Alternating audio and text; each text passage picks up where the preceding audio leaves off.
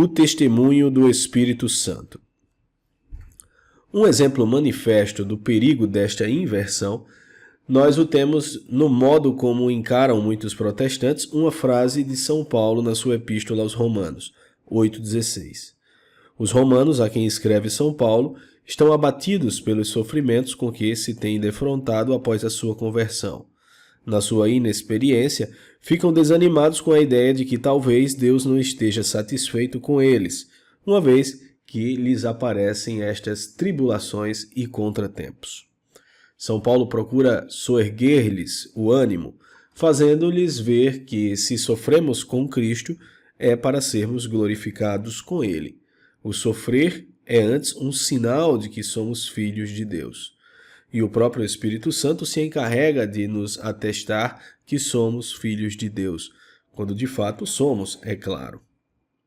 E estes sofrimentos daqui da terra não são nada em comparação com a glória que Deus reserva para nós. O mesmo Espírito dá testemunho ao nosso espírito de que somos filhos de Deus. E se somos filhos, também herdeiros. Herdeiros verdadeiramente de Deus e co-herdeiros de Cristo. Se é que todavia nós padecemos com Ele, para que sejamos também com Ele glorificados. Porque eu tenho para mim que as penalidades da presente vida não têm proporção alguma com a glória vindoura que se manifestará em nós. Romanos 8, 16 a 18. O texto grego traz simartirei, ou coatesta. O Espírito Santo coatesta, isto é, atesta juntamente com o nosso espírito, confirma o que o nosso próprio entendimento ou testemunho da boa consciência já nos vem atestando. Tudo isto, porém, todo este testemunho do Espírito Santo supõe que os destinatários da carta estejam libertos do pecado, o que não é o mesmo que dizer impecáveis, mas sim regenerados depois de uma conversão sincera. Libertados do pecado, haveis sido feitos servos da justiça. Romanos 6,18. Estais livres do pecado e haveis sido feitos servos de Deus. Romanos 6,22. Dizendo libertos do pecado, o apóstolo não está os considerando impecáveis. Isto se vê pela insistência do mesmo em aconselhá-los a que continuem livrando-se do pecado, pois, do contrário, estão perdidos. Se vós viverdes segundo a carne, morrereis. Mas se vós, pelo Espírito, fizerdes morrer as obras da carne, vivereis. Romanos 8,13. Não há dúvida de que se trata aí de morte eterna, pois morrer, todos morrem de qualquer maneira. Permaneceremos no pecado para que abunde a graça?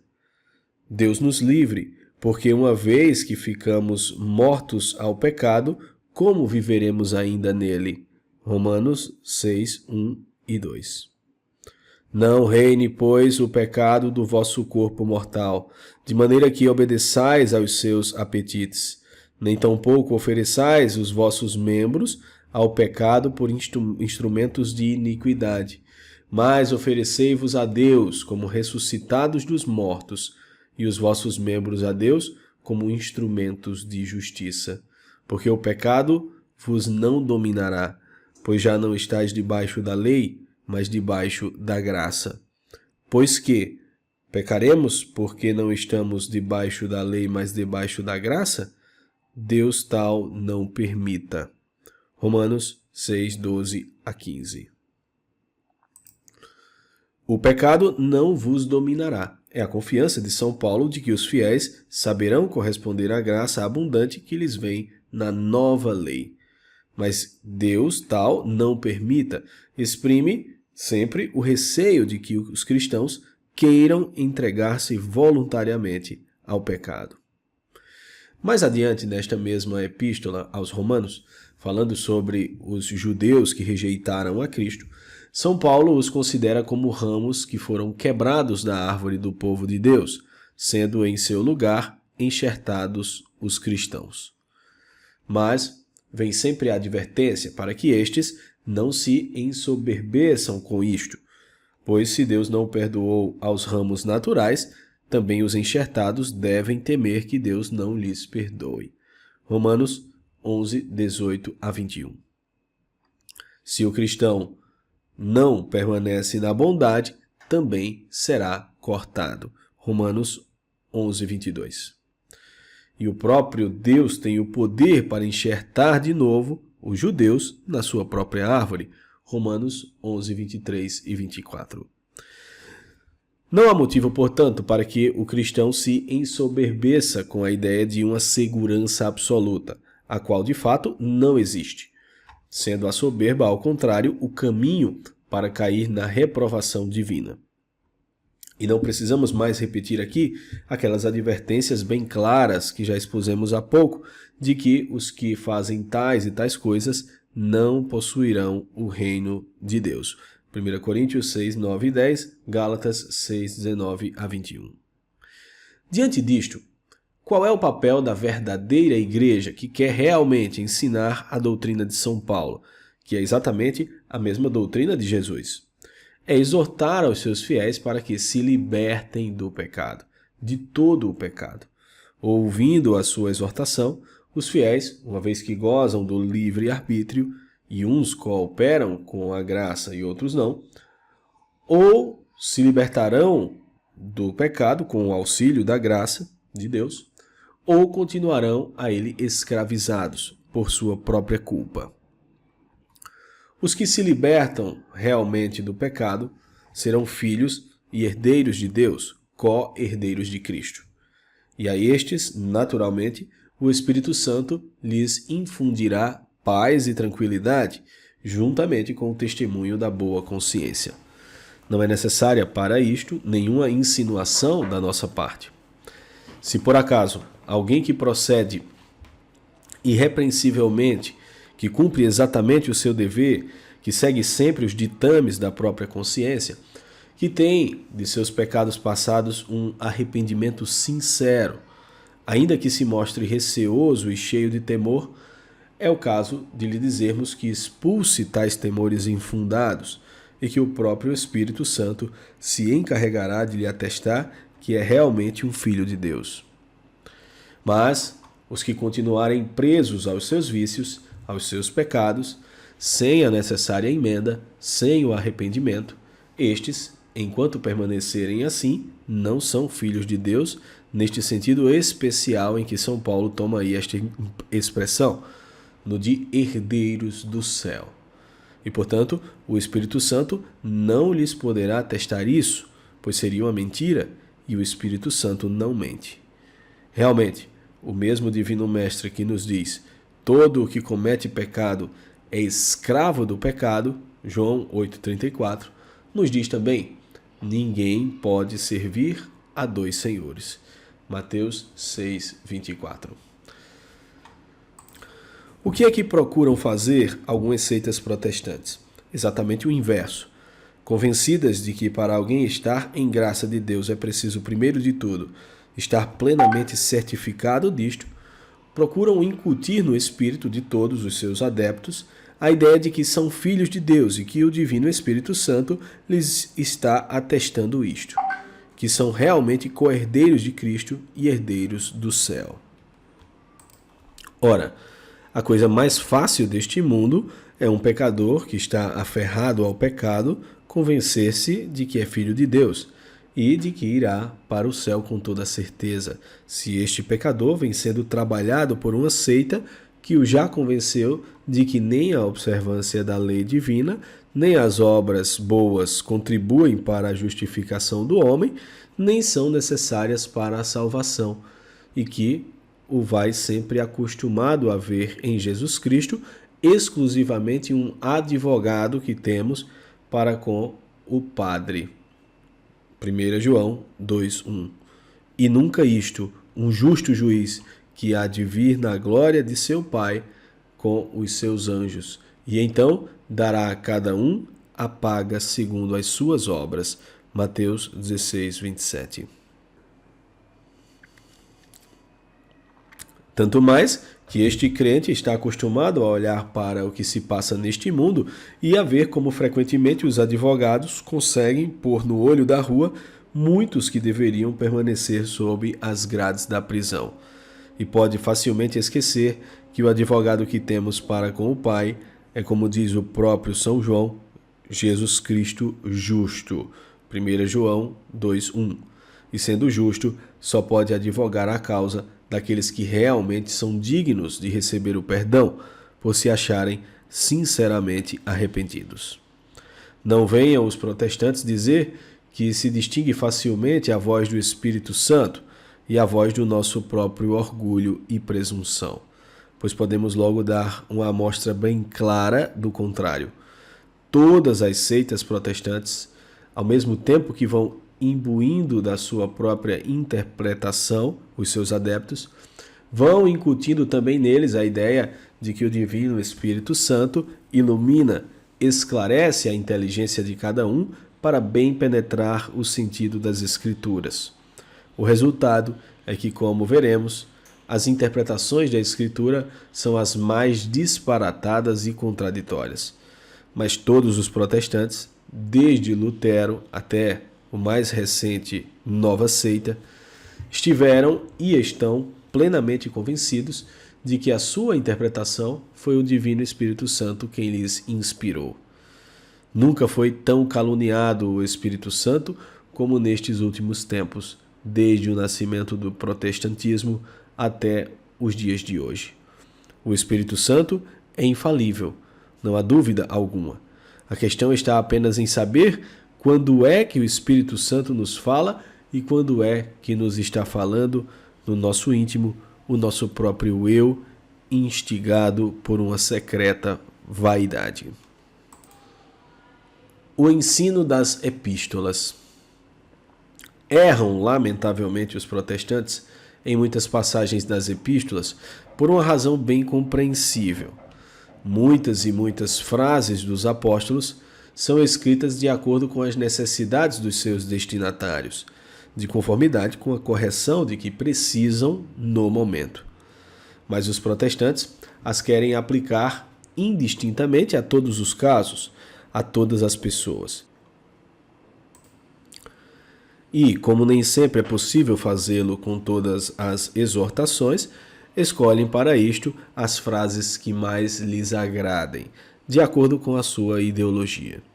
São Paulo, por exemplo, diz aos romanos: Vós não recebestes o espírito de escravidão para estardes outra vez com temor, mas recebestes o espírito de adoção de filhos, segundo o qual clamamos, dizendo: Pai, Pai. Romanos 8,15.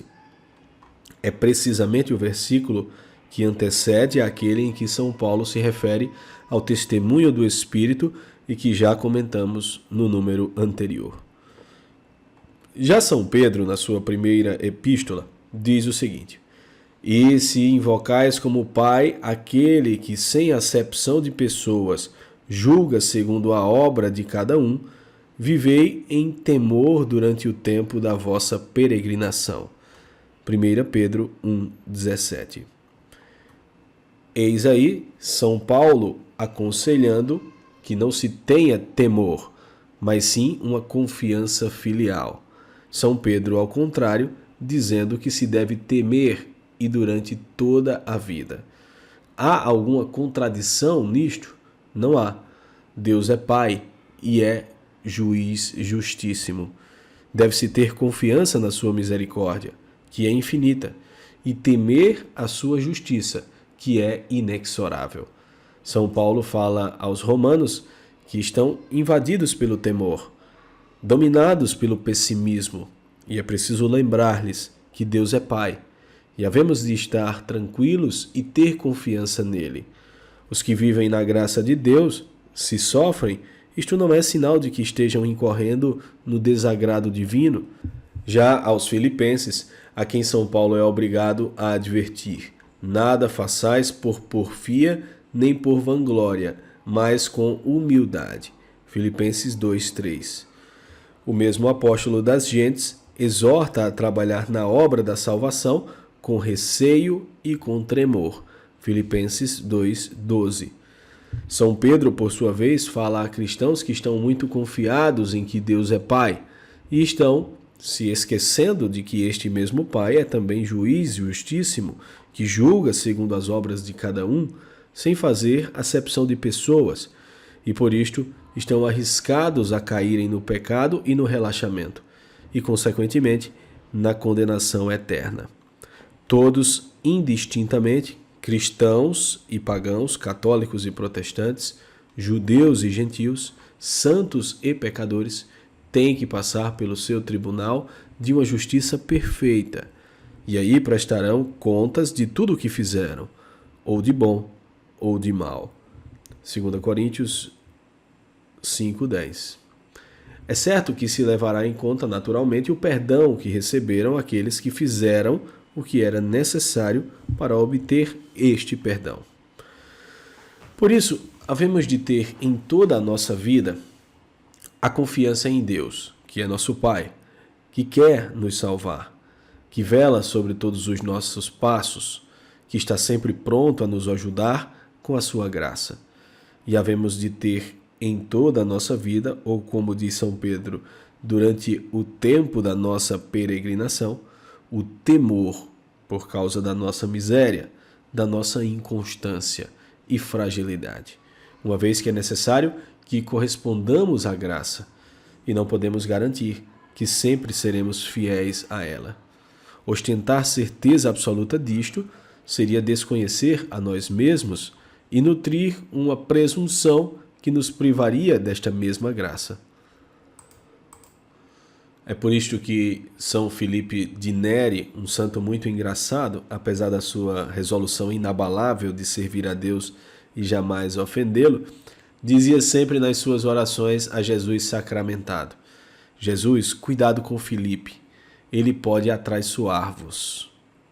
E no mesmo sentido dizia o virtuoso sacerdote cearense Monsenhor Antônio Tabosa: eu não tenho tanto medo do demônio nem dos homens, eu tenho medo é do Tabosa. Confiar plenamente em Deus, desconfiar de nós mesmos, é o equilíbrio da ascese católica, que é a única ascese legítima, pois constrói o edifício da nossa esperança sobre os alicerces da virtude da humildade. Vício de origem. A mentalidade protestante tem sido diversa da mentalidade católica neste ponto, porque o protestantismo nasceu precisamente disto, da pretensão de Lutero de querer ter, e sem grande trabalho, a certeza absoluta de que era um predestinado para o céu. Para isto, alargou monstruosamente o caminho da salvação. Fez, pode-se dizer, desta certeza absoluta da salvação, o único requisito para alcançá-la. Segundo a doutrina de Lutero, para alguém se salvar certamente, não precisa observar os mandamentos, porque, segundo ele, o homem não pode observá-los, uma vez que não é livre. Não precisa mais do que crer que já está salvo. O Evangelho, na doutrina de Lutero, se tornou uma boa nova, não no sentido que lhe deu Jesus Cristo, mas uma boa nova para todos os criminosos, todos os ímpios, todos os crápulas, todos os devassos, os quais, de queixos caídos, ouvem Lutero explicar-lhes que também para eles é facílima a salvação, uma vez que não se exige o arrependimento, uma vez que os pecados que cometeram ou cometerão ainda para o futuro não os impedirão de entrar no céu. O Cristo cobrirá com o seu manto todos estes pecados. Basta ficarem certos, certíssimos, convencidos inteiramente de que se salvarão pelo sangue redentor de Jesus Cristo, que fez tudo por nós, que já pagou, que já observou a lei de Deus por todos eles, para que eles ficassem dispensados de observá-la. Assim, a certeza absoluta da salvação era uma consequência da doutrina de Lutero, mas de uma doutrina ímpia, perversa e monstruosa. Realmente, se para entrar no céu o pecador não precisa emendar-se nem arrepender-se, entra com os pecados e tudo, porque Jesus acoberta estes pecados debaixo do seu manto. Se só o pecado que condena o homem ao inferno é o pecado de não crer, isto é, de não confiar em Cristo, é fácil ao homem que confia em Cristo ficar com a convicção absoluta de que se salva. Mas todo este sistema é, debaixo das aparências de piedade, de adesão a Cristo, um sistema diabólico.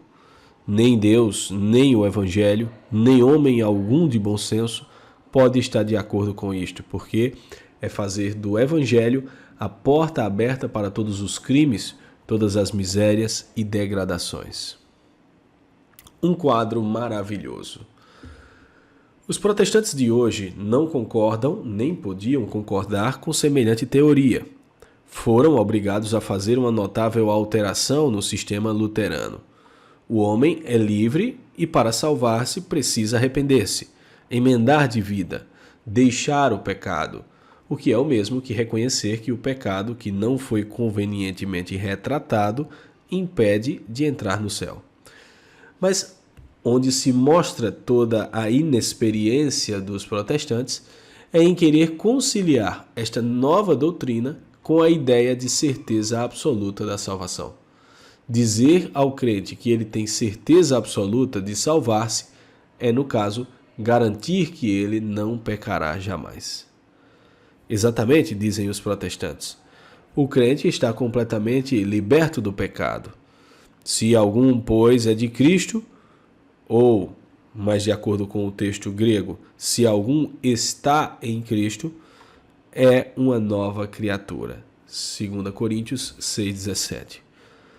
Desde que o homem se arrepende sinceramente e faz profissão de fé em Cristo, único e suficiente Salvador, torna-se regenerado pelo Espírito Santo e assim não peca mais.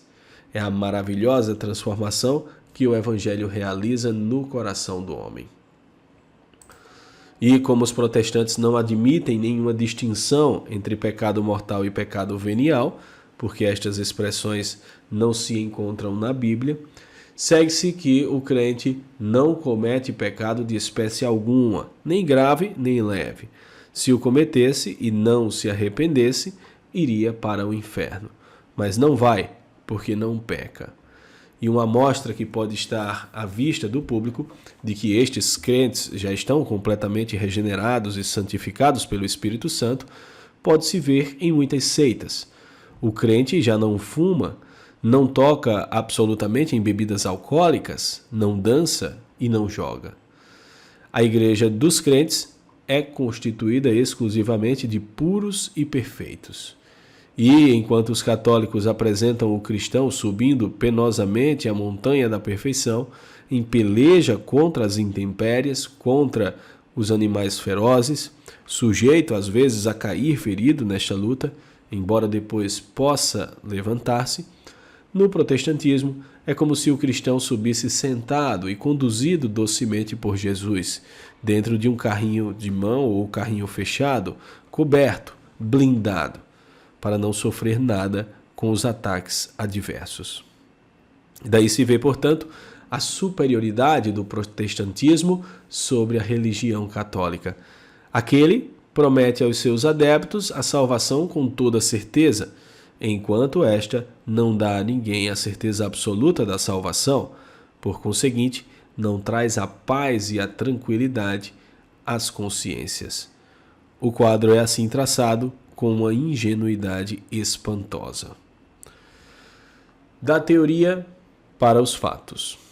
Primeiro que tudo, ainda não é o fato de um indivíduo não fumar, não beber, não dançar, nem jogar, que prova que ele está completamente liberto do pecado. Ser irrepreensível aos olhos dos homens é uma coisa, estar inteiramente isento de culpa aos olhos de Deus é outra bem diferente. Um mau pensamento, um desejo impuro, um movimento interior de orgulho, de presunção, de ódio ou de juízo temerário podem passar com rapidez na alma do cristão e deixá-lo manchado e culpável aos olhos divinos, sem que isto transpareça diante das criaturas. São pecados que não se podem averiguar. Mas há outros ainda que podem chegar ao nosso conhecimento.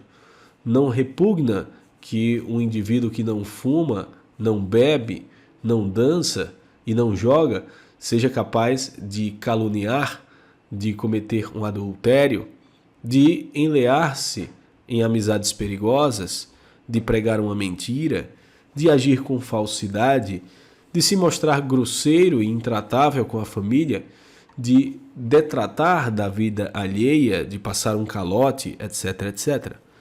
E aí se vê a responsabilidade tremenda de cada um destes crentes que se apresentam como perfeitíssimos e de cujo procedimento fica a depender a verdade de sua própria religião. A cada falta que cometem, surge uma pessoa para observar. Então a sua doutrina está errada. Você não diz que aquele que aceitou a Cristo como Salvador está salvo porque está completamente liberto do pecado?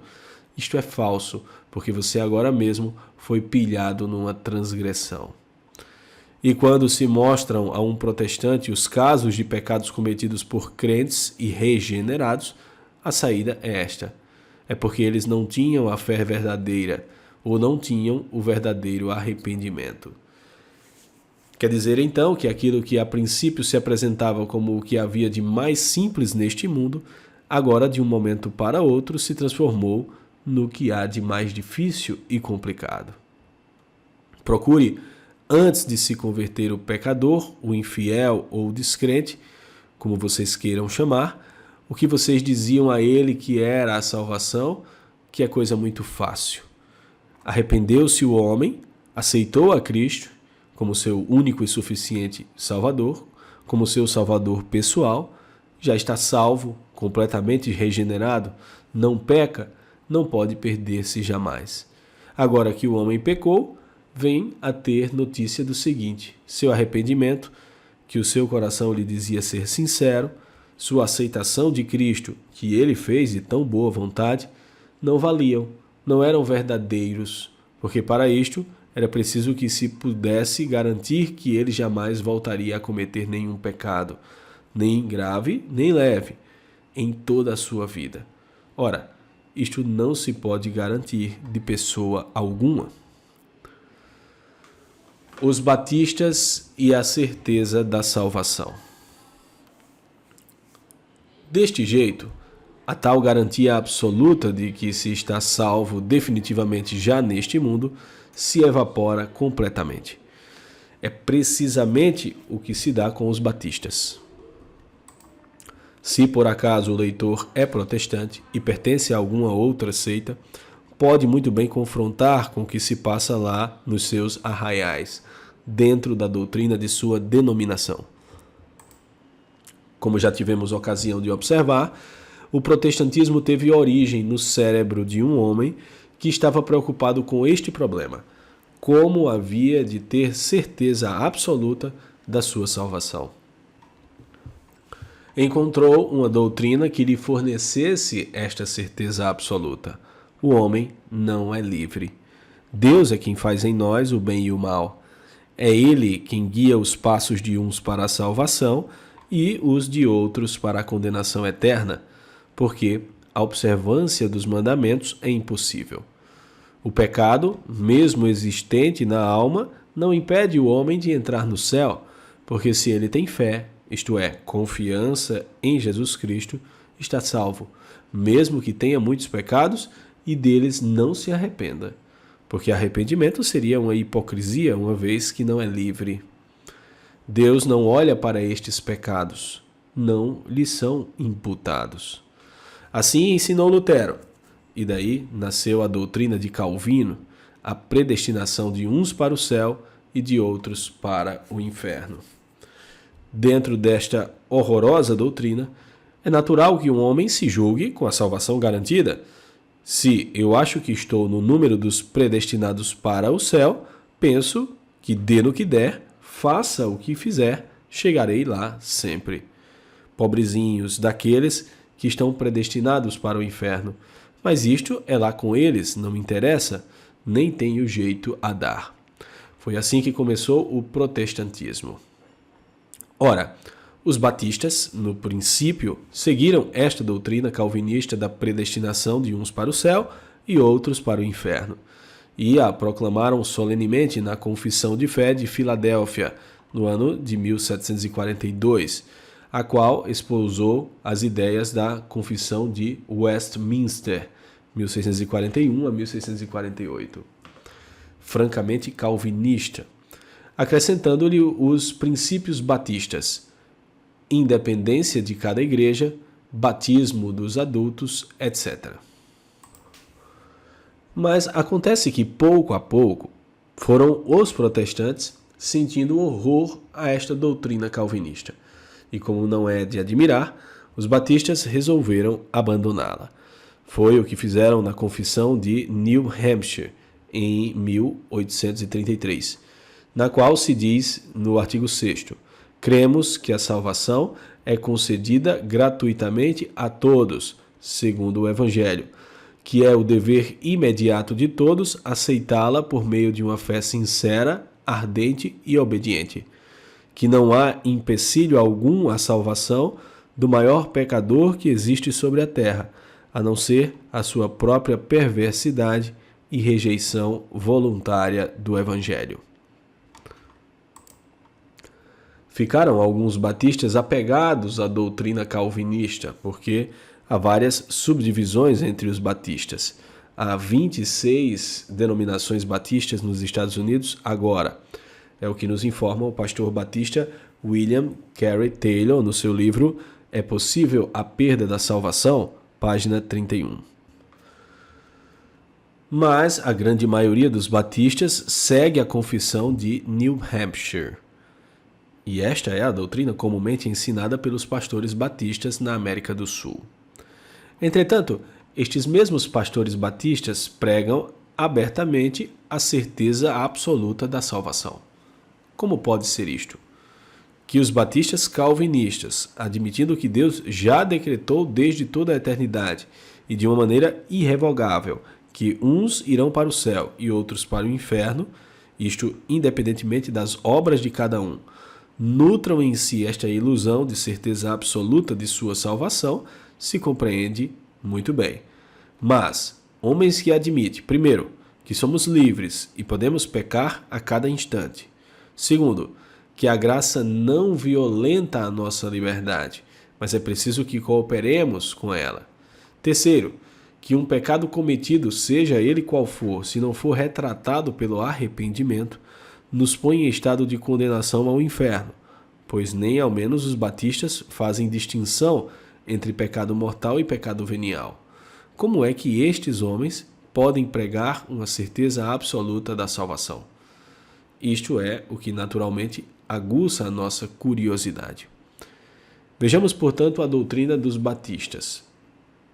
O homem é salvo pela fé, não pelas obras. A salvação é dada gratuitamente àquele que tem a verdadeira fé e o verdadeiro arrependimento. Mas a fé verdadeira é aquela que se manifesta pelas obras, pelo reto procedimento do homem, que assim dá testemunho de sua fé, quando age em tudo como uma criatura regenerada e liberta do pecado. Se o homem procede mal, é sinal de que não tem a verdadeira fé. O homem que peca mostra que não alcançou a salvação, que, portanto, não é um verdadeiro crente, pois, se é um crente verdadeiro, os frutos de sua fé manifestar-se-ão na sua vida, pois que tal homem não deixará de agir como um herdeiro da salvação. Pretender ser um dos eleitos e agir como um incrédulo seria fazer o papel de hipócrita ou de nécio. O que creem os batistas, O.C.S. Wallace, 1945, página 71. Há, por conseguinte, duas espécies de crentes. Uns que são crentes verdadeiros e outros que são crentes nominais, ou seja, são crentes somente de nome. Só se salvam aqueles que são crentes verdadeiros. Daí se conclui, é claro, que para eu ter a certeza de que já estou salvo, não basta que eu seja membro da Igreja Batista.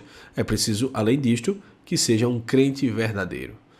Desejoso, como me acho, de saber realmente se já estou salvo ou não, é natural que eu pergunte: quando é que posso saber se sou ou não um verdadeiro crente? Vamos reproduzir a resposta que dão os batistas a esta pergunta. Mas repare bem o leitor. Não vamos citar este ou aquele pastor, porque assim os batistas se descartarão, dizendo que se trata aí apenas de uma opinião pessoal. Vamos citar um livro que expõe oficialmente o pensamento dos batistas em geral. É o livro O que Creem os Batistas. É ditado pela Casa Publicadora Batista e vendido em todas as livrarias desta denominação. Está já na 4ª edição brasileira, portanto não é um livro que os batistas tivessem rejeitado depois de um certo tempo. Ao contrário, tem sido mais do que aprovado por eles, uma vez que vem tendo edições sucessivas.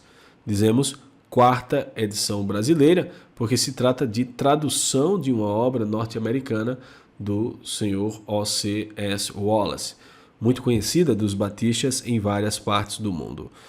Além disto, como diz no prefácio, um comentário aos 18 artigos de fé que constituem a Confissão de Fé de New Hampshire, formulada e adotada pelos batistas do estado de New Hampshire em 1883 e atualmente aceita pelos batistas em geral. Não se trata de um credo, porque os batistas não o possuem. É apenas uma síntese daquilo que cremos.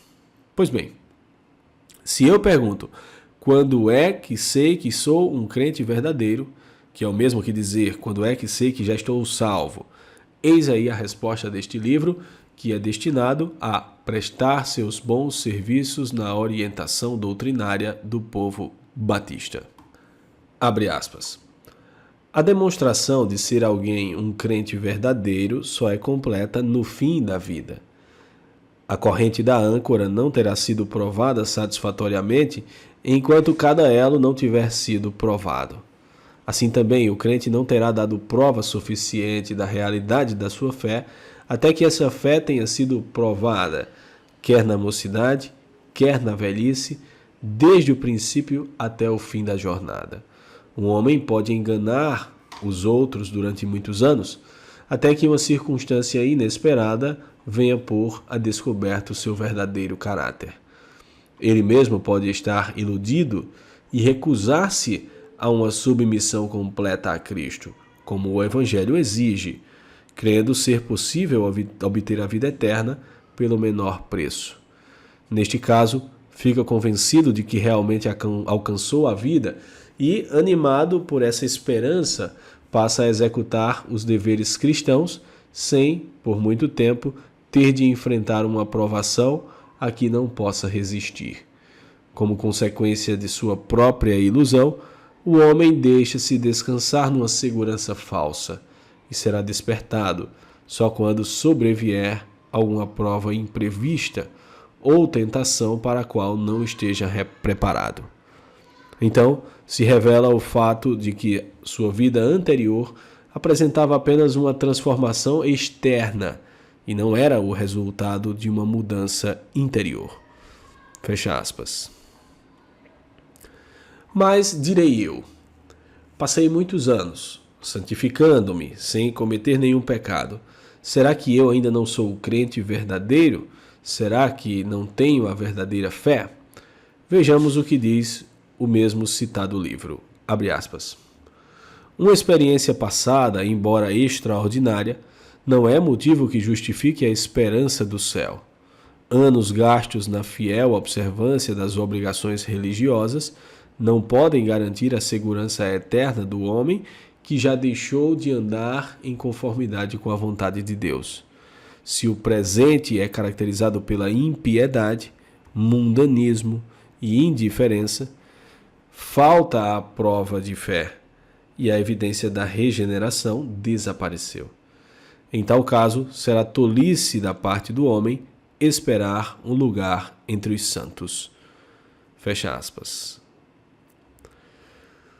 Como se vê pelas palavras acima citadas, esta experiência da salvação, em que tanto falam os batistas, ou seja, a convicção no homem de que está agindo bem, só faz o que é reto e, por isto, já está sentindo que Deus está satisfeito com ele, que o Espírito Santo lhe está dando o testemunho de que já fez dele um filho de Deus, co-herdeiro de Cristo e herdeiro do céu, esta experiência, ainda que se prolongue durante anos seguidos, mesmo assim não pode dar ao homem a segurança eterna. Ele pode, ainda depois disto, cair na impiedade, no mundanismo e na indiferença. Não se alegue que isto é apenas uma opinião do comentarista O.C.S. Wallace. É a própria Confissão de Fé de New Hampshire, que diz no artigo 11º: cremos que só são crentes verdadeiros aqueles que perseveram até o fim. Depois de ler tudo isto, lembre-se agora, o leitor, do seguinte: quantas pessoas, por não terem sólida instrução religiosa, foram atraídas a ingressar na seita dos batistas e nela ingressaram, porque ficaram encantadas com esta seita que dizia garantir aos crentes a salvação com toda certeza e pretendia provar isto com palavras da Bíblia. Uma verdadeira maravilha. Quem é que não quer ter a certeza de que, morrendo, irá direitinho para o céu? E assim se foram engrossando as fileiras dos batistas. Mas basta que o batista estude realmente qual é a doutrina de sua seita para ver como está sendo vítima de um deplorabilíssimo engano. E engano redobrado. Primeiro, porque se estudar conscienciosamente a Bíblia, comparando uns versículos com os outros, pois ali tudo é palavra de Deus, verá que ela não promete a ninguém esta regalia de ficar descansado, absolutamente certo de que irá para o céu. Mas a entrada no céu é sempre apresentada sob certas condições. Se o homem crer, João 3,18, se observar os mandamentos, Mateus 19,17, se amar a Deus de todo o coração e ao próximo como a si mesmo, Lucas 10, 25 a 27, se cumprir a vontade do Pai Celeste, Mateus 7, 22, se souber evitar a impureza, a idolatria, as invejas, os homicídios, a embriaguez e outras coisas semelhantes. Gálatas 5, 19 a 21, etc, etc. Segundo, porque nem a própria doutrina batista, pelo menos a seguida pela grande maioria da seita, a qual rejeita o calvinismo com as suas ideias sobre a predestinação, nem a própria doutrina batista autoriza ninguém a se julgar salvo assim com esta certeza absoluta. Sim, meu amigo, deverá dizer o outro batista, os crentes vão para o céu com toda certeza, são palavras da Bíblia. Mas há uma coisa, quando se diz que os crentes são salvos definitivamente já neste mundo, aí se entende dos crentes verdadeiros. Você, durante toda a sua vida, não saberá nunca se é crente verdadeiro ou não, porque só se sabe com certeza se alguém é crente verdadeiro quando praticou a virtude até o fim da vida. Pois se deixou de praticar a virtude em algum tempo, mesmo que por longos anos a tenha praticado, isto é sinal de que o indivíduo nunca teve nem fé, nem salvação, nem regeneração, nem coisa alguma. É o caso de dizer: que me adianta a mim, desejoso como estou de ter certeza absoluta da minha salvação, o saber que os crentes verdadeiros vão para o céu porque se salvam já neste mundo, se eu não sei nunca se sou crente verdadeiro ou não? Se isto é um segredo de Deus e só Ele conhece os crentes verdadeiros. E é interessante observar qual o remédio que usam os batistas para acalmar esta dúvida, quando assaltam o espírito de seus adeptos. Diz o mesmo livro: como posso saber se sou um dos eleitos? Esta é, em geral, a inquirição de uma alma mórbida. O que creem os batistas, O.C.S. Wallace, 1945, página 71. Aqui paramos para apreciar este verdadeiro contraste. Uma seita cujos pastores e fiéis tanto falam na certeza absoluta da salvação, é ela mesma a nos dizer que esta indagação sobre se iremos para o céu ou não é a preocupação de uma alma doentia. Outra observação que vem bem a propósito é esta: de onde é que nasceu o protestantismo, senão da ideia fixa que se meteu na cabeça de Frei Martinho Lutero sobre a certeza ou não de sua salvação? É o mesmo que confessar que as seitas evangélicas tiveram origem de uma preocupação mórbida.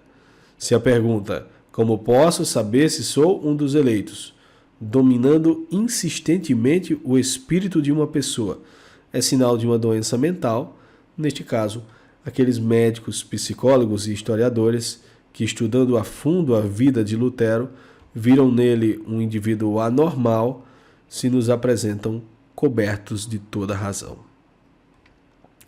Mas vejamos o livro.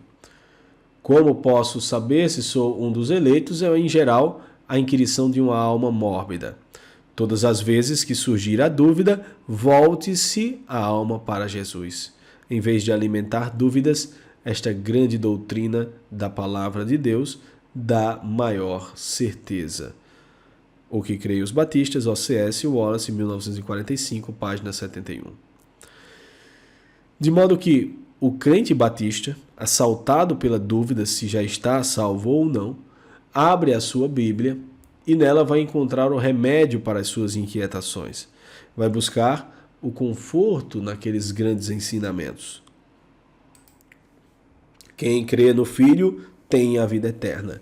Crê em Jesus e serás salvo. Quem crer não será confundido, etc, etc. E aquieta-se completamente sob o efeito destas sublimes palavras. Sim, aquieta-se completamente, se quiser realmente iludir-se a si mesmo, porque se quiser refletir um pouquinho que seja, logo perguntará. Quando a Bíblia diz, o que crê no Filho tem a vida eterna, crê em Jesus e serás salvo, quem crer não será confundido, ela se refere ao crente verdadeiro ou ao crente só de nome? Refere-se só ao crente verdadeiro. E eu, sou crente verdadeiro ou só de nome? Isto não sabes agora, porque crente verdadeiro é aquele que se conserva regenerado, que se mantém liberto do pecado até o fim da sua vida. E assim fica o homem exatamente na mesma dúvida. Nesta matéria de certeza da salvação, a situação do batista é, de acordo com a sua própria doutrina, a mesma situação em que se encontra o católico. O católico, ainda que se encontre em estado de graça, mesmo que sinta que Deus está habitando no seu coração, porque a sua consciência não o acusa de falta grave e de todos os pecados passados está arrependido e perdoado, ainda assim não pode garantir com certeza que irá para o céu. Seria uma presunção da sua parte, porque seria o mesmo que garantir que na hora da morte estará conservando esta mesma graça santificante. Garantir pela própria fidelidade é confiar demais em si mesmo. Pode sim ter uma firme esperança, porque a graça de Deus jamais lhe faltará. Se tiver sempre boa vontade em cooperar com ela, se salvará com toda certeza. O batista, ainda mesmo que esteja de boa fé, que esteja procedendo bem, que sinta o bom testemunho de sua consciência, porque na hipótese sua conduta é em todos os pontos irrepreensível, e ainda mesmo que esta boa situação já a tenha conservado durante anos seguidos, mesmo assim não pode garantir com certeza que irá para o céu, porque no céu só poderão entrar aqueles que são crentes verdadeiros, e ele não sabe ainda se é crente verdadeiro, pois a demonstração de ser alguém um crente verdadeiro só é completa no fim da vida. O que creem os batistas, O.C.S. Wallace, 1945, página 84. A condição única da salvação, a seu ver, é a verdadeira fé, mas passa a vida inteira sem saber se possui esta verdadeira fé, porque ela se manifesta pelas obras, obras estas que ele pratica livremente, e nelas pode falhar. E assim estamos diante de um fato bastante estranho. Esses batistas, que nós vemos tão frequentemente acusarem os católicos de serem heréticos e antibíblicos, pelo fato de não ensinarem a certeza absoluta e individual da salvação, são eles próprios que mostram claramente que, na prática, esta certeza absoluta não pode existir. É o caso de perguntar: encontra o leitor nesta estranha atitude algum vestígio daquela sinceridade com que se há de aceitar e transmitir a verdadeira doutrina do Evangelho? Amigos batistas, depois que apareceu o protestantismo, várias seitas têm pregado no mundo esta certeza absoluta da salvação, mas para chegar aí, sempre seguiram um caminho errado e escabroso.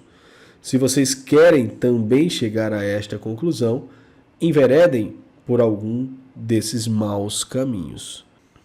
Querem pregar a certeza absoluta da salvação, não é assim? Então preguem como Lutero e os primeiros luteranos, que o homem não é livre. Deus é quem faz em cada um o bem e o mal, que para alcançar o céu não precisa de arrependimento, que lá se entra com pecados e tudo, porque Cristo cobre estes pecados debaixo do seu manto. Mas isto é a destruição de toda a moral. Ou então preguem como Calvino, que Deus, por um decreto firme e irrevogável, já predestinou desde toda a eternidade alguns homens e anjos para o céu e outros para o inferno. Isto independentemente de qualquer consideração das obras ou do procedimento de cada um. Mas isto é uma doutrina horrorosa, que se choca evidentemente com a nossa razão e que destrói qualquer ideia da justiça e da bondade de Deus. Ou então, preguem como os universalistas, que não existe inferno, que todos nós, sem distinção alguma, justos e pecadores, chegaremos ao céu. Mas isto vai de encontro abertamente ao ensino das Escrituras. Bem, se não querem seguir nenhum desses caminhos, se querem pregar o livre-arbítrio, a doutrina de que o pecado que não foi retratado pelo arrependimento impede de entrar no céu, se querem exaltar como deve ser a bondade e a justiça divinas, se querem admitir com a Bíblia, além de um céu eterno para os bons, um inferno também eterno para os maus, neste caso, não há outro jeito senão desistirem desta ideia de andar pregando aos crentes a promessa de uma segurança absoluta no que diz respeito à salvação.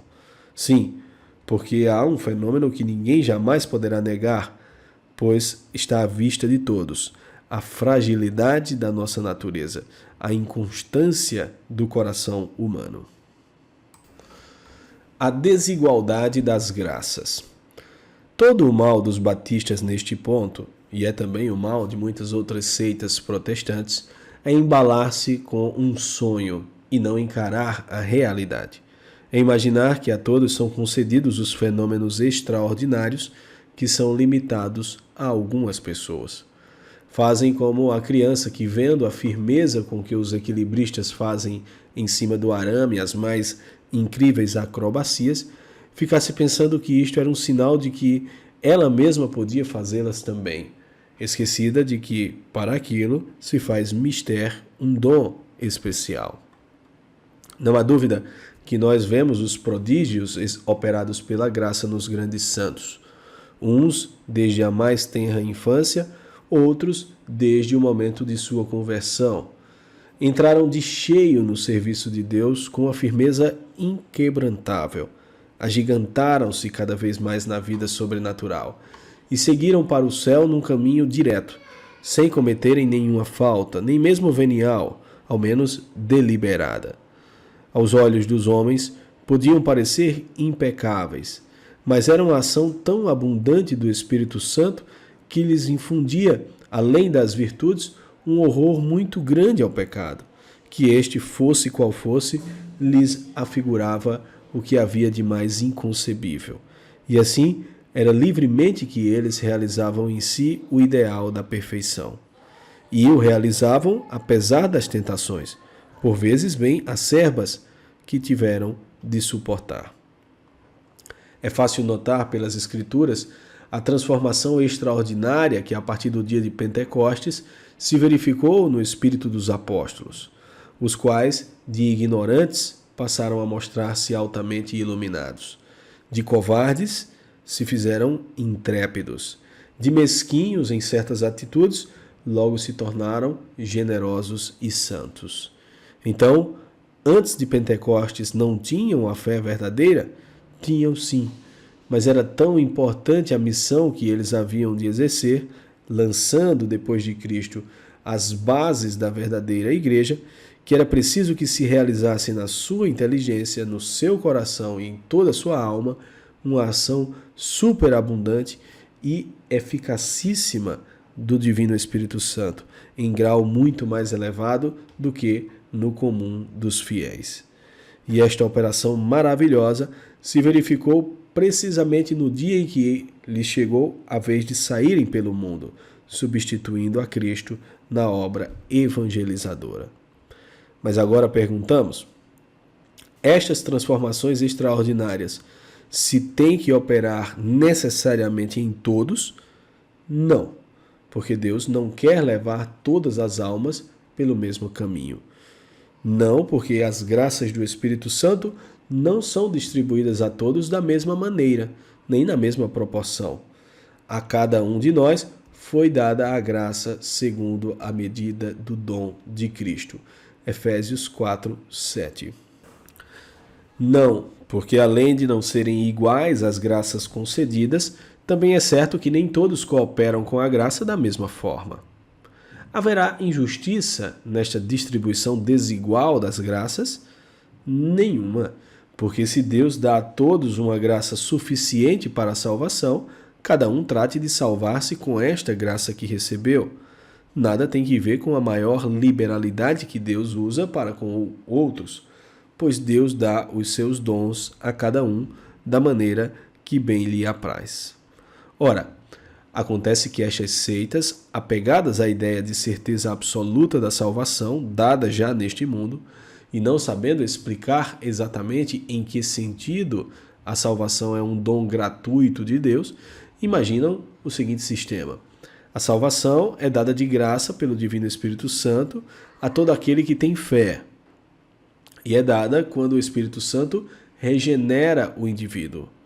Regenerar o indivíduo é libertá-lo completamente do pecado. Ele já não peca, não porque se tornou impecável, mas porque voluntariamente se mostra em tudo obediente a Cristo. É uma operação misteriosa e inefável do Divino Espírito Santo. Aquele que peca é porque ainda não foi salvo, não foi regenerado, o que é sinal de que ainda não tem a verdadeira fé. E assim julgam conciliar a realidade da liberdade humana com o sonho da certeza absoluta da salvação para todos os crentes. E ficam a zombar dos católicos que se põem a rezar, a fazer penitências, a ouvir missas, a receber sacramentos, etc., para obter maiores graças de Deus e assim garantir ainda melhor a sua própria salvação, quando a salvação eles a julgam ter recebido inteiramente de graça. Já estão salvos definitivamente desde este mundo.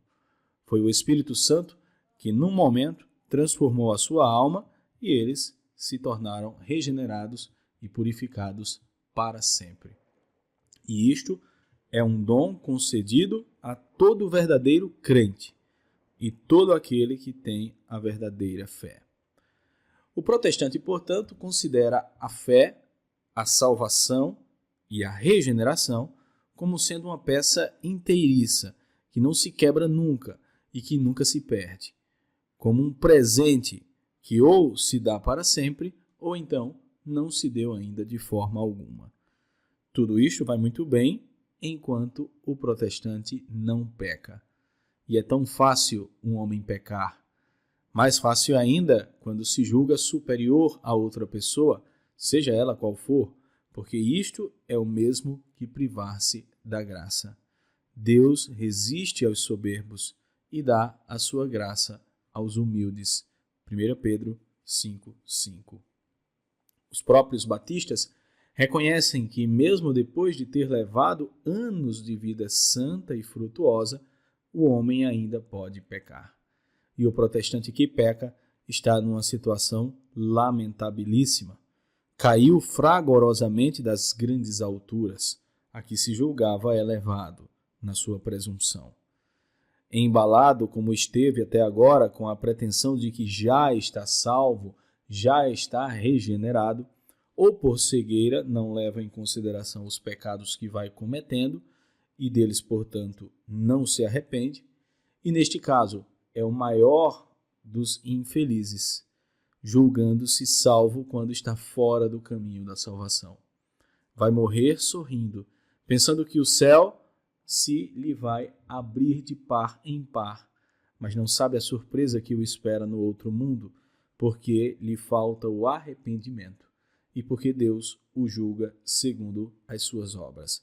Mateus 16, 27, Romanos 2, 6. E não de acordo com as suas ilusões.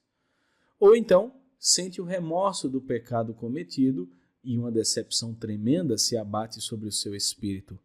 Passei tanto tempo, tendo-me na conta de salvo, de regenerado, pensando que possuía a verdadeira fé, agora cheguei à conclusão de que eu nunca tive nem fé, nem salvação, nem regeneração, nem coisa alguma. Uma verdadeira lástima. E, como está convencido de que a salvação não a alcança por seu próprio esforço, ajudado embora com a graça de Deus, como ensinam os católicos, mas é apenas um dom de Deus, dado inteiramente de graça, em vez de acusar a si próprio de ter perdido a salvação, a que até agora teria o direito, ele se volta para o Divino Espírito Santo a fim de perguntar-lhe por que motivo ainda não lhe concedeu este dom da salvação, da regeneração completa. Não culpes assim o Divino Espírito Santo, lhe dirá o irmão na fé, e o outro nova seita. Se não estás salvo ainda é porque não tinhas a verdadeira fé, isto é, a confiança absoluta de que Jesus é que te salva. Mas esta fé, esta confiança de que Jesus me salva, vem só do meu esforço ou é por sua vez também um dom de Deus? Se vem só do meu esforço, não sei mais o que possa fazer, porque confiança de que Jesus é que me salva, acho que a tenho muita, pois passei todo este tempo absolutamente convencido disto. E assim vai o homem fazer força novamente para ver se tem fé, até que um novo pecado o faz cair outra vez na mesma situação de desespero. Deste modo, ele está a poucos passos da terrível teoria calvinista de que Deus é quem predestina uns para o céu e outros para a perdição. Como é, então, que esta doutrina de que a salvação é dada por Deus como um presente inteiramente gratuito e só é possuída por aqueles que se acham confirmados em graça, isto é, de pé, para nunca mais cair, como é que esta doutrina pode ser consoladora para nós, que somos todos mais ou menos pecadores? Entre os católicos, as coisas se passam de maneira bem diferente. Suponhamos que um católico se achava em estado de graça, que passou mesmo muitos anos levando uma vida santa e agora caiu num pecado grave. Ele não se sente privado da fé como se fora um incrédulo, porque a fé consiste em aceitar toda a doutrina de Cristo, a qual nos é proposta pela sua Igreja infalível. Ele continua a ver em Jesus o seu Salvador. Sabe que Deus quer salvá-lo e não lhe negará a graça do arrependimento, nem o seu perdão, a ser adquirido pelos meios competentes, porque Deus não quer a morte do pecador, mas sim que ele se converta e viva. Ezequiel 33, 11. Não se trata aqui absolutamente de pecar alguém com a esperança de alcançar o perdão, porque para haver perdão é preciso haver um propósito eficaz, isto é, pronto a empregar todos os meios, firme e sincero, de não mais afastar-se de Jesus por todo o resto da vida. Nota.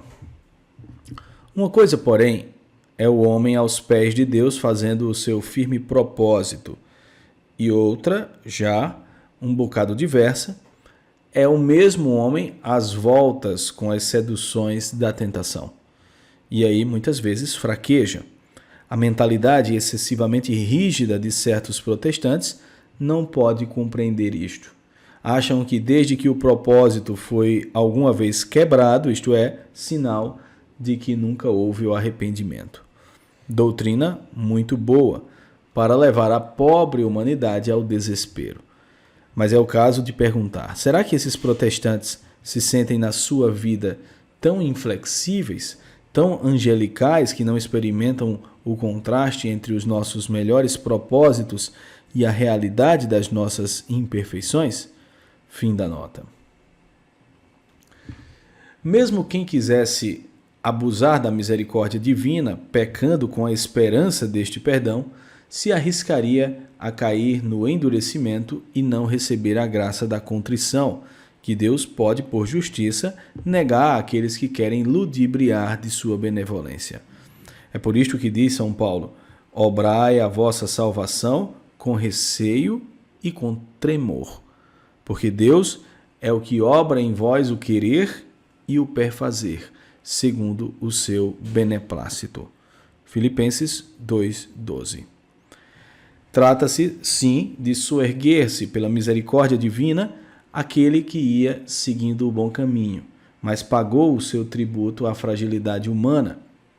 E o mesmo Deus que obrigava São Pedro a perdoar 70 vezes 7, Mateus 18, 21 e 22, saberá ser rico em misericórdia para com a alma que quer seguir a Cristo de todo o coração, mas se encontra muitas vezes a braços com a sua própria fraqueza. Assim faz o bom pastor, que corre, pressuroso, em busca da ovelha perdida. E agora chamamos a atenção do leitor para uma circunstância que não pode ser esquecida. O católico que se achava em estado de graça e caiu num pecado mortal, unicamente a si próprio vai atribuir a causa de sua desgraça. Uma vez que não tem esta ideia de que a salvação é dada por Deus inteiramente de graça e de uma vez para sempre, mas sim a de que a salvação deve ser conseguida palmo a palmo, por ele, ajudado com a indispensável graça de Deus, uma vez que está convencido, de acordo com a doutrina católica, de que aquele que faz o que está ao seu alcance, Deus não nega a sua graça. E mesmo para ele fazer o que está ao seu alcance, Deus ainda o ajuda com a sua graça. A sua conclusão é esta: existem na salvação a parte de Deus e a minha. Deus sempre faz maravilhosamente a sua parte. O seu desejo de salvar-me é muito maior do que o meu próprio desejo. De agora em diante, hei de esforçar-me por cooperar melhor, ajudado com a graça de Deus, pois sem ela nada posso fazer. E pedirei ao próprio Deus que me ajude a me tornar melhor daqui por diante. Não é difícil verificar destas duas concepções a respeito da nossa salvação, qual a que se mostra mais adequada à nossa natureza humana, que nada tem de imutável. Trata-se aí de um assunto que a todos se refere, pois todos precisam ser salvos, todos têm obrigação de ter fé na mensagem do Evangelho. Segundo a teoria protestante, todos aqueles que sinceramente creem no Evangelho são, por uma operação do Espírito Santo, transformados automaticamente em regenerados, que não pecam mais e assim recebem a salvação dada toda de presente. Segundo a teoria católica, o homem precisa conquistar a salvação, cooperando livremente com a graça dia a dia. E se fraqueja, se cai no meio do caminho, se perde esta salvação em cuja posse se encontrava, ainda pode recuperá-la com arrependimento e com o perdão divino. Deus amorosamente o ajudará a levantar-se da queda, a não ser que o pecador prefira continuar no deplorável estado em que caiu. Não se negam as transformações maravilhosas que o Divino Espírito Santo tem realizado em certas almas, que se guindaram bem depressa às mais belas culminâncias da santidade. Mas também estas almas só chegaram a tal ponto, só conquistaram o grau mais elevado de glória celeste, porque por sua vez souberam, dia a dia, ir cooperando heroicamente com a graça. Medite bem o leitor, olhe para si e para os outros, e para toda a história do homem, inclusive nesses 2000 anos de cristianismo, e veja qual destas duas concepções reflete com exatidão o que é a marcha da humanidade sobre a face da terra. E observe também qual delas está mais conforme com a palavra da Bíblia. Aquele, pois, que crê estar em pé, veja, não caia. Deus é imutável, mas nós. O homem é fraco e o seu coração está sujeito a mudanças. Pode ter hoje as melhores disposições e amanhã começar a nutrir sentimentos bem diversos. Entre os próprios que creem, isto pode verificar-se. Há uns que creem e no tempo da tentação voltam atrás, como disse nosso Senhor Jesus Cristo no Evangelho. E a experiência de cada dia nos mostra que aquele que é hoje filho dócil, obediente e amoroso, pode amanhã, atraído pelo vício ou pelos maus companheiros, tornar-se um filho rebelde. Aquele que foi durante muitos anos um esposo inteiramente dedicado à sua esposa e que jamais pensou em infidelidade, pode de uma hora para outra ceder à tentação de adultério. A moça que sempre resistiu bravamente às insinuações do sedutor pode algum dia fraquejar. O empregado que foi correto e fidelíssimo durante longo tempo pode afinal cair em falta. E assim por diante, para só falarmos em pecados graves. Isto se pode dar com qualquer pessoa, seja qual for a sua religião. Nisto não há fatalidade, nem influência do destino, como querem alguns, mas apenas a liberdade humana, que pode a cada momento ceder à tentação do mal, a inconstância do coração humano, a fragilidade da nossa própria natureza, fragilidade esta que trouxemos do berço e levamos ao túmulo. A transformação do homem. A transformação no coração humano, o Evangelho a realiza por si só ou somente pode realizá-la mediante o esforço e a cooperação do homem. Se a realizasse por si só, nenhum de nós poderia ser melhor transformado do que Judas Iscariotes. Ele tinha conhecimento da doutrina e dos prodígios do Divino Mestre, não pelos livros como nós o temos, mas ouvindo as palavras da própria boca do Salvador e presenciando pessoalmente os milagres evangélicos. E, no entanto, em vez de santificar-se, mergulhou no endurecimento. E o mesmo Deus diz ao seu povo, por intermédio do profeta Ezequiel: dar-vos-ei um coração novo, e porei um novo espírito no meio de vós. E tirarei da vossa carne o coração de pedra, e dar-vos-ei um coração de carne. Ezequiel 36, 26. É também aquele que, igualmente, pelo profeta Ezequiel, manda a este mesmo povo que crie em si um coração novo e um espírito novo. Convertei-vos e fazei penitência de todas as vossas iniquidades, e a iniquidade vos não trará ruína. Lançai para muito longe de vós todas as vossas prevaricações, de que vos fizestes culpáveis, e fazei-vos um coração e um espírito novo. Ezequiel 18, 30 e 31. Imaginar que vamos para o céu carregados docemente por Jesus, sem nenhum esforço de nossa parte, não passa de um sonho ditado pelo nosso velho comodismo. O cristão tem que lutar como um bom soldado de Jesus Cristo, 2 Timóteo 2,3. E se dá no reino de Deus o mesmo que acontece nos jogos públicos. O homem não é coroado, senão depois que combateu segundo a lei. 2 Timóteo 2,55. A nova criatura. Quando São Paulo nos diz que aquele que está em Cristo é uma nova criatura, não é no sentido de que este homem deixou de ser livre para fazer o mal, nem que ficou nele extinto o fogo das paixões das más inclinações da nossa natureza. Quer dizer que este homem se tornou outro diante de Deus pela graça santificante, que o torna agradável aos olhos do seu Criador.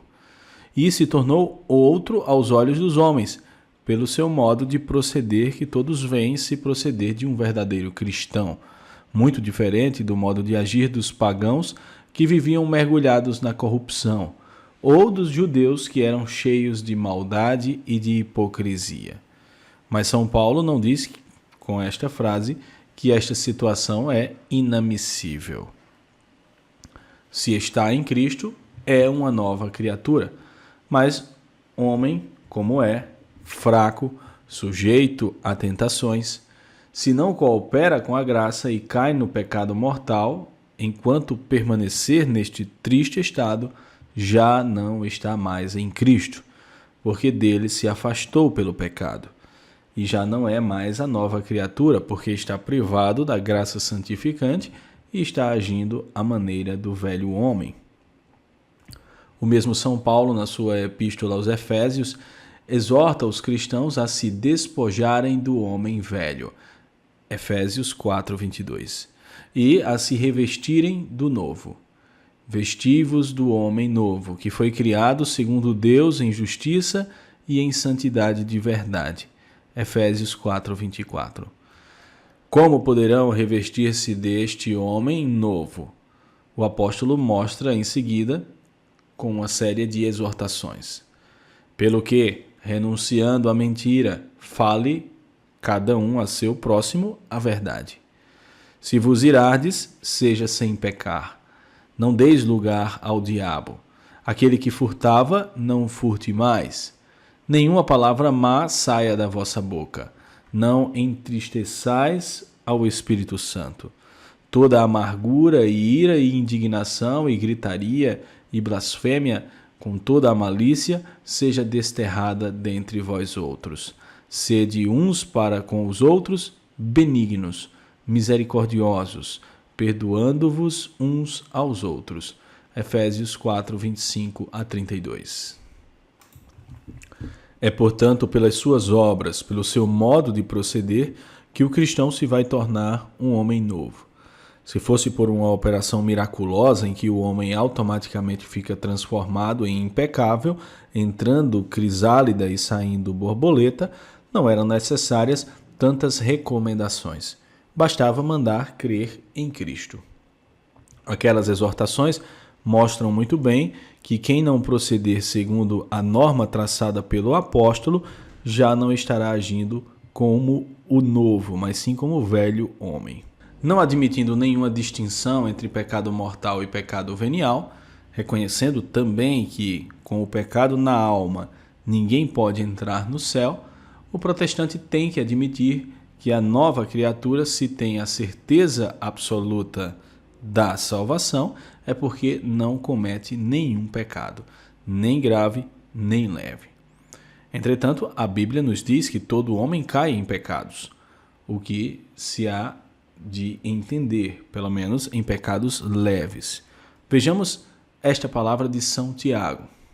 Todos nós tropeçamos em muitas coisas. Tiago 3:2. Tropeçar aí quer dizer pecar, pois logo em seguida o apóstolo mostra que uma destas coisas em que tropeçamos facilmente é no que diz respeito à língua. Se algum não tropeça em qualquer palavra, este é varão perfeito. Tiago 3:2. E nosso Senhor ensinou-nos a orar dizendo sempre: perdoai-nos as nossas dívidas.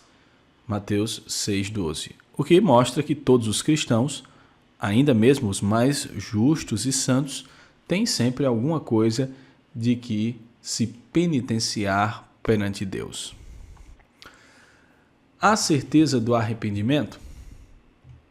Alguém poderá dizer: concordo com o Senhor em dizer que ninguém pode ter a certeza de que nunca pecará na sua vida. Mas há uma coisa: o homem que peca ainda pode salvar-se pelo arrependimento. Assim, posso ter a certeza absoluta da salvação, porque tenho a certeza de que, se pecar, hei de arrepender-me e conseguir o perdão de Deus e, por conseguinte, a vida eterna. E quem lhe dá esta certeza absoluta do arrependimento? Primeiro que tudo, como disse São Paulo, não somos capazes nem de um pensamento bom sem a graça de Deus. 2 Coríntios 3:5. O arrependimento é, portanto, uma graça divina. Esta graça Deus não a nega ao coração bem disposto. Aquele que procura seguir sempre o bom caminho, aperfeiçoar-se em seus pensamentos, palavras e obras, portar-se santamente na Igreja de Deus, a qualquer falta, embora mínima que cometa, vê surgir espontaneamente, inquietadoramente, o arrependimento no seu coração. Arrependimento porque caiu numa falta a que o seu bom espírito não estava habituado. Arrependimento mandado misericordiosamente por Deus, que quer logo perseguir com a sua graça, fazer soerguer-se o seu servo fiel que teve a infelicidade de cair na tentação. Mas o indivíduo que começa a recair muito frequentemente no pecado grave, sem fazer o esforço necessário para dele se emendar, vai pouco a pouco se tornando menos apto a receber a graça do arrependimento. À proporção que ele vai abusando das graças de Deus, o arrependimento vai escasseando e depois de um certo tempo pode desaparecer por completo. É o endurecimento do pecador, cuja consciência já emudeceu ou só faz ouvir muito fracamente a sua voz. Além disto, para ser verdadeiro, o arrependimento tem que incluir um propósito firme de deixar o pecado, custe o que custar. E não por um dia ou dois, mas por todo o resto da vida. Ora, há certos pecados que não podem ser deixados sem uma renúncia heróica. É o caso, por exemplo, das amizades pecaminosas que prendem o coração, do vício da impureza que tão frequentemente envolve as criaturas, do vício do roubo ou da embriaguez. Às vezes é também o ódio que se enraizou no coração e ao qual o cristão nem sempre renuncia facilmente. Há casos, portanto, em que Deus exige do cristão um sacrifício doloroso. Se o teu olho te escandaliza, lança-o fora. Melhor te é entrar no reino de Deus sem um olho do que, tendo dois, ser lançado no fogo do inferno. Marcos 9,46. Garantir que sempre se terá o arrependimento seria garantir que nunca se abusará da graça de Deus e que também sempre se tomará a resolução heróica, por mais que ela nos custe, sejam quais forem as tentações que se nos depararem no futuro. E seria sempre uma certeza baseada na presunção, no desconhecimento da nossa inata fragilidade humana. E é o caso ainda de perguntar: há sempre a certeza de que é sincera a contrição? Muitas vezes o cristão se julga arrependido e de fato não está. Há no fundo do seu coração ainda os restos de apego ao pecado e só Deus, que conhece perfeitissimamente a alma nas suas mais íntimas profundezas, é que bem pode saber se o arrependimento é deveras sincero. Porque a sinceridade do arrependimento não está propriamente na comoção que se sente em determinado momento. Pode haver até lágrimas e soluços sem haver o arrependimento sincero, o qual consiste na firmeza da vontade em detestar o pecado de tal modo que não se queira, por hipótese alguma, cometê-lo jamais.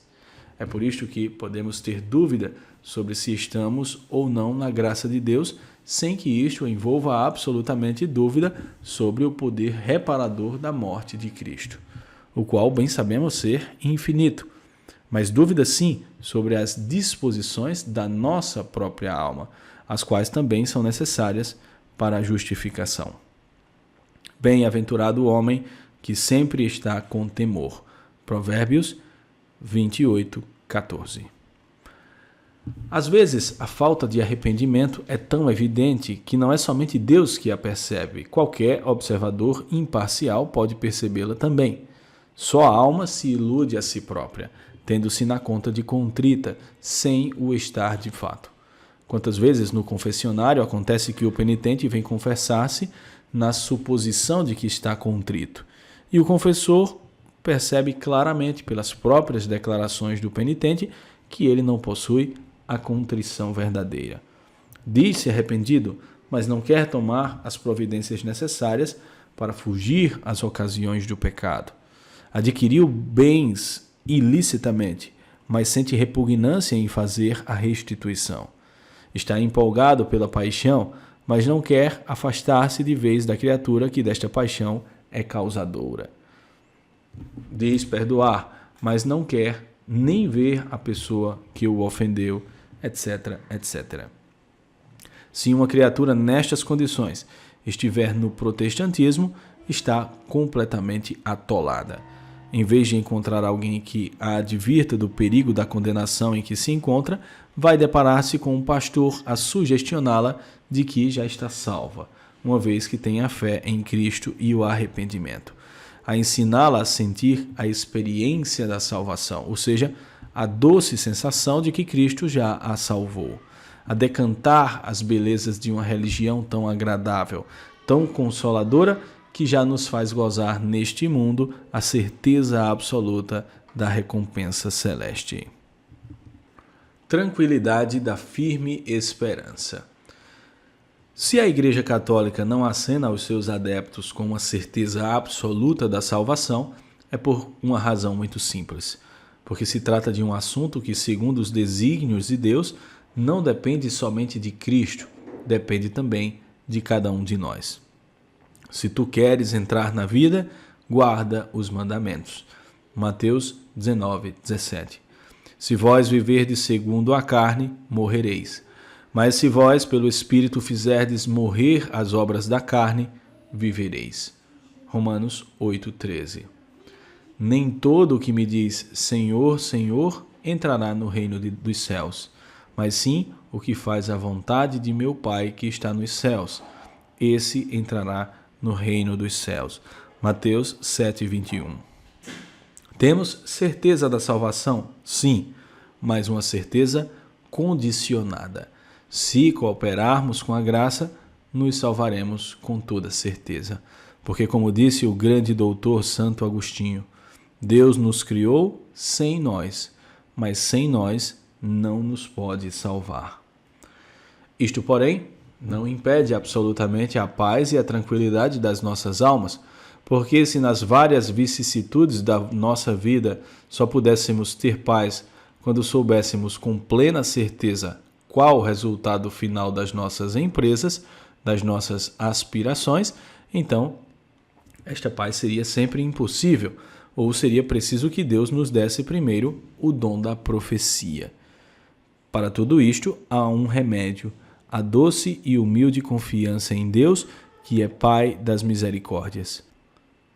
Se para tantos e tantos empreendimentos, cujo resultado de nós não depende, havemos de ter plena confiança na divina providência, quanto mais no que diz respeito ao negócio de nossa salvação, porque isto é um assunto cujo resultado depende de nós. Somos nós que, com a graça de Deus, construiremos a nossa sorte na eternidade. Deus é infinitamente bom, é Pai, nada quer mais do que a nossa salvação, deseja mais do que nós mesmos. Se por nosso turno nos queremos salvar e trabalhamos para isto com a ajuda divina que nunca nos falta quando a pedimos, se detestamos de todo o coração o pecado, fiquemos tranquilos e peçamos a Deus que nos conserve nestas santas disposições, porque neste caso nos salvaremos com toda certeza.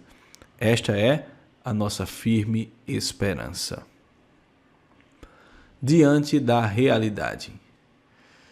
Não se trata aqui de saber se a certeza absoluta de salvação adquirida já nesta vida seria ou não mais agradável para nós. O que interessa à sabedoria e à providência de Deus é o que vem a ser para nós mais útil e proveitoso. Se não temos segurança absoluta neste sentido, isto nos conserva mais humildes, mais desconfiados de nossas próprias forças, mais necessitados de implorar o socorro divino, mais ativos e vigilantes no serviço de Deus, porque o soldado, tendo certeza absoluta da vitória, perderia muito de seu estímulo para a luta contra o inimigo. Nem se trata de uma religião procurar atrair adeptos prometendo uma segurança absoluta, porém imaginária e sem fundamento, assim como os candidatos caçam votos, fazendo promessas ilusórias às vésperas das eleições. Trata-se de encarar a realidade, tal qual nos é apresentada pelos textos da Escritura, os quais não nos mostram os que creem em Cristo como imutáveis, mas ao contrário, como sujeitos a perder a fé ou a recair na escravidão do pecado, o que é confirmado pela experiência pessoal da nossa própria fraqueza. Vigiai e orai, para que não entreis em tentação. O espírito, na verdade, está pronto, mas a carne é fraca. Mateus 26, 41. E se São Paulo nos ensina que não há condenação para os que estão em Jesus Cristo, os quais não andam segundo a carne, Romanos 8:1, em vez de querermos antecipar em nosso favor a sentença definitiva que só pode ser dada depois da nossa morte pelo Supremo Juiz, todo o nosso empenho deve ser viver em Cristo, não só pela verdadeira fé. E verdadeira fé consiste em sujeitarmos o nosso modo de ver aos ensinos de Cristo, e não em torcê-los com a torquez do livre exame, para que se acomodem ao nosso modo de ver e ao nosso pensamento. Não só pela verdadeira fé, como dizíamos, mas também pela prática da caridade, da castidade, das demais virtudes, evitando as obras da carne. Deus não nos faltará jamais com a ajuda de sua graça para nos conservar no bom caminho. Cooperemos com a sua graça até o fim, porque só no fim é que nos poderemos julgar definitivamente possuidores do prêmio eterno da glória celeste. Sê fiel até a morte, e eu te darei a coroa da vida. Apocalipse 2:10.